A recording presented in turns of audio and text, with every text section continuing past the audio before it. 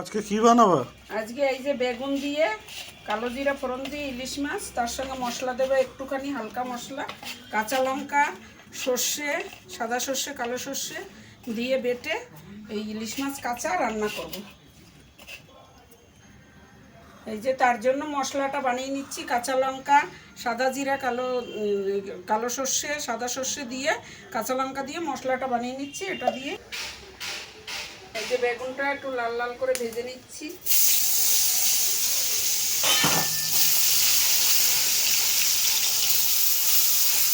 বেগুন ভাজা হয়ে গেছে, এবার তুলে নিচ্ছি। এবার কালো জিরা দিয়ে মাছটা বসাবো। কালো জিরা দিয়ে দিলাম,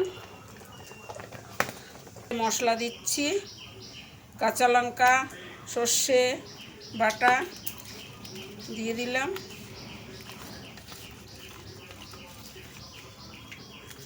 মাছটা বসিয়ে দিচ্ছি।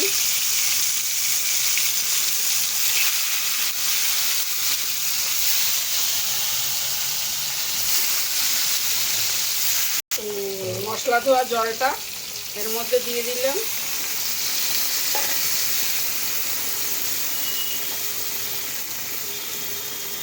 ঝোল ফুটে গেছে, এবার বেগুন দিয়ে দেব।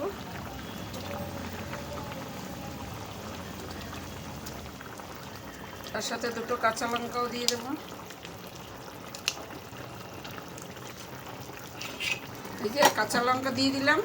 এবার 10 মিনিটের জন্য ঢাকা দিয়ে দেব। নামানোর আগে একটু কাঁচা তেল দিয়ে নামিয়ে দেব 10 মিনিট বাদে। এই যে দেখো বন্ধুরা, হয়ে গেছে। এবার কাঁচা তেল দিয়ে দিলাম। 5 মিনিট ফুটলেই নামিয়ে দেব। এই যে বন্ধুরা, হয়ে গেছে। দেখো, এরকম তোমরা বাড়িতে বানিয়ে খেয়ে বলবে কেমন হয়েছে। লাইক কমেন্ট করে পাশে থাকবে। সবাই ভালো থেকো, সুস্থ থেকো।